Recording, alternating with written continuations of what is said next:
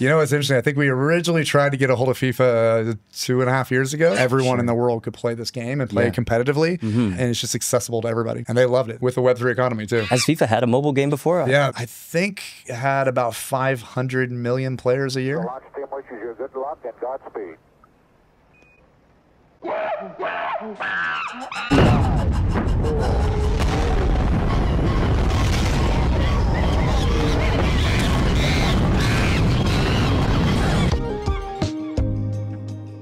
Space Monkeys blasting off again with John Linden, founder and CEO of Mythical Games.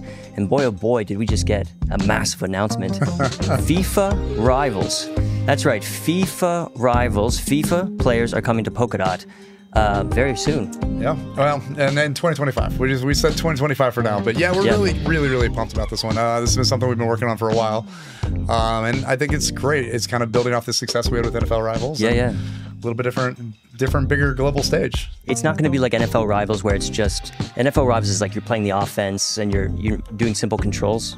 How's this? Yeah, gonna be? it'll be different. It'll be part of it will be familiar, part of it will be different. You know, I think that we're keeping some things that worked really well in terms of like a little bit more edgy art style. It's not hyper realistic. It's a little bit more arcade style. 2 game modes in this one though, so there'll be kind of a player PvE mode. You're playing against the campaign, and then we're working through a full head-to-head esports mode. So basically, you're playing PvP, and it's exciting. We've been working with FIFA on a lot of concepts around this. Working with a group called FIFA E, which is their esports organization. And excited. Like I said, really excited of kind of taking the best of NFL Rivals and then kind of expanding it to this new global stage. Has FIFA had a mobile game before? They have, yeah, very successful mobile game. So they used to have a game with EA called FIFA Mobile. Okay. And that game, I think, had about 500 million players a year, something like that. I think on a bad day, that game had about 20 million players a day. And on a World Cup year, it had 65 million players a day. Wow. And that game's, so EA and FIFA kind of separated, and we're kind of taking the role. So we're excited with the Web3 economy too, which is great. So what was the process of getting involved with FIFA and getting in touch with the decision makers, getting them to this point where they launch a game associated with blockchain? You know what's interesting? I think we originally tried to get a hold of FIFA 2.5 years ago, right after we started NFL Rivals. We're like, well, obviously we got to go for FIFA at some point. It's 20 times the market of NFL, and we made no progress. It was really hard to navigate the landscape, and we started talking to some of the leagues and the clubs directly, and learned a lot about the ecosystem. And then happened to meet up with them at an event, and somebody was like, hey, FIFA's here. You should have lunch with them, and we did, and we sold them the vision of what we were thinking and kind of some of the big concepts and kind of pillars of what we want to build with this game, and they freaking loved it. So it's been great. It's taken a while, obviously, as you imagine, a game this size, and we're the first officially licensed video game since the EA FIFA kind of split. So. Yeah, what was kind of the biggest obstacle to get over there, or were they just gung ho the whole time? They were gung ho. I mean, honestly, really? they love the vision. They love kind of the idea. Part of this was. I try to get to like Kenya or Africa once a year, and one thing I was noticing is I was like, every kid has a phone in their hand and a football on the ground. And I kind of sold that vision a little bit. Like, I want a game that we can really be on a global, footprint. Everyone in the world could play this game and play it competitively, and it's just accessible to everybody. And they loved it. They love the concept. They dabbled in Web3. No way. I don't think they've had great experiences in Web3, to be super honest. So that was a little bit of a challenge, but they really loved what we did with NFL. Obviously, all these leagues are very close, so they know how to talk to the other leagues, and they heard what we were doing, and kind of hopefully the rest will be history here. So have we started development on the game? Oh, definitely, yeah. Okay. Yeah, we're very active in the game. We're hopefully show some gameplay off pretty soon here. Sure. Dropped the teaser trailer. I was really excited about that. Yeah, it looks good. We're very busy on this game. So it's like I said, we're really kind of trying to take it up a notch on the gameplay, on the economy. There's a lot of cool concepts we're going to be pushing hard, but we are under a pretty fast timeline too. So we're working on getting the game out in 2025.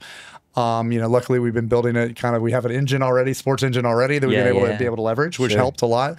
but we want to push the envelope quite a bit with this one. Anything unique about working with FIFA compared to? Well, they're just massive. I mean, it's very, very cool to see. It's a little bit different because there's so many. It's not just kind of one league and one players association that runs the whole thing. Yeah. FIFA's one of, I think, 200 leagues now around the world. Oh, okay. So we're working through that. I won't share too much about that right now, but we have been talking to lots of clubs individually. We've been talking to leagues as well. But the game, will be branded FIFA. It'll be really have access to all that content that FIFA has, past and present. Yeah. Do you have to secure rights with different clubs? We do if we bring in the club. So we can have Ronaldo for Portugal, but we can't necessarily have him for Al Nassr.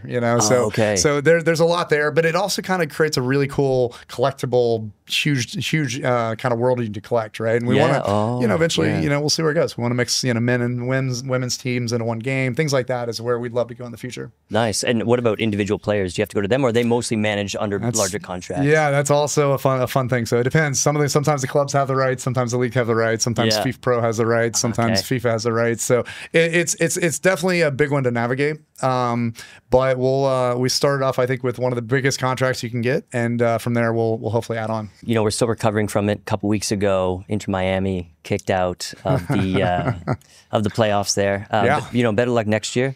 But they are going to be part of the FIFA Club World Cup. Yeah. So are they going to kind of fall in this game? Is this possible? Can't reveal that quite yet. TBA. Yeah, okay. but we are working. We're going to be working hard with them on Club World Cup and World Cup 2026 as well. So can't share too much yet, but I think there'll be some fun surprises there. And then as far as this being reflected on chain, what's that going to look like?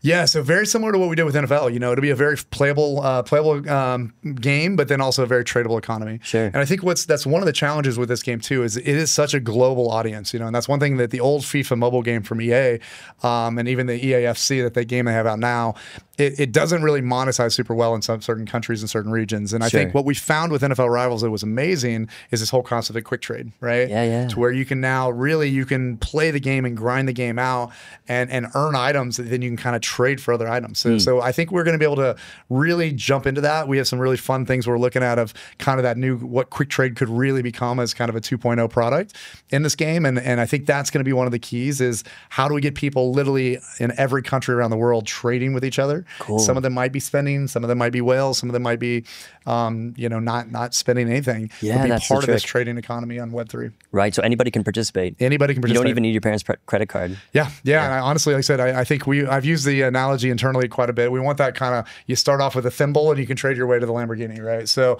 I think that's a really cool concept, and it's kind of one of the pillars we're working on of how to really get everybody feeling like they're part of it, feeling this concept of ownership, whether you're paying or not. Yeah. It's a balance. It's going to be tough to do, but we're excited to see how it plays out. Okay, that's amazing. Besides FIFA, which is incredible, this is coming out next year sometime. Yep. Let's get caught up just on what's happening on Mythical right now, because a lot has been happening. Yeah. Everything is moved over from the POA chain. Yeah. We've crossed 6 million wallets on the chain right now, and I think we're going to see a whole lot more in 2025. Oh yeah. So we have a couple things happening. Obviously, we've been talking a lot about Pudgy Party. Yeah, that was big. We're super excited about Pudgy Party.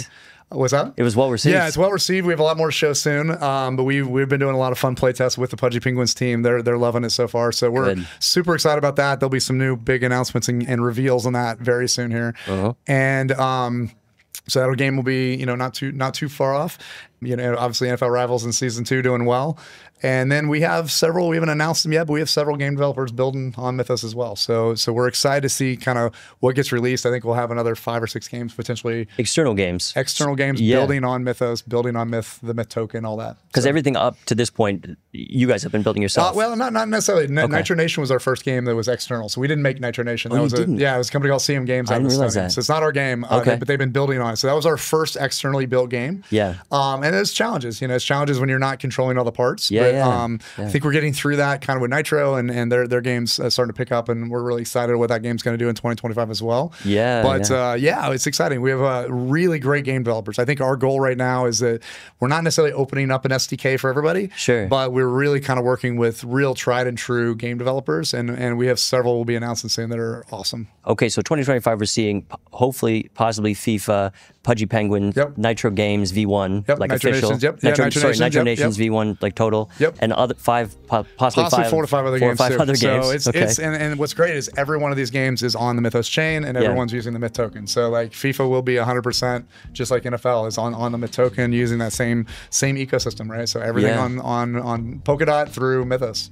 And did you want to say any quick words about Enter the Mythos? That kind of more governance initiative. Yeah. So we, like I said, we've been kind of rolling out new tokenomics. I think what's great now is that we have a lot of experience under our belt now. So we're seeing 3 or 4 million transactions a month already, from millions of players. Yeah. And we've really kind of seen what does it take to have a sustainable long-term tokenomics. So we've been kind of rolling out some of those initiatives. We have the rest of them kind of rolling out now, and it's exciting. So I think, like I said, it was a little slow to start, honestly, but I think we're going to really pick up from just sheer volume of consumers trading, crazy, and using that token themselves. But then also, how does that really kind of have a sustainable tokenomics long-term for the chain? One of the most exciting projects, not only on Polkadot but in the whole Web3 world. We're excited. Like I said, I think hopefully we'll be one of the first to hit 100 million consumers. With the apps we have and with the games we have. So we're there's a lot happening. Busy times. John Linden, thank you very much for coming on the show. Legend. Man, always good to be here. Thanks.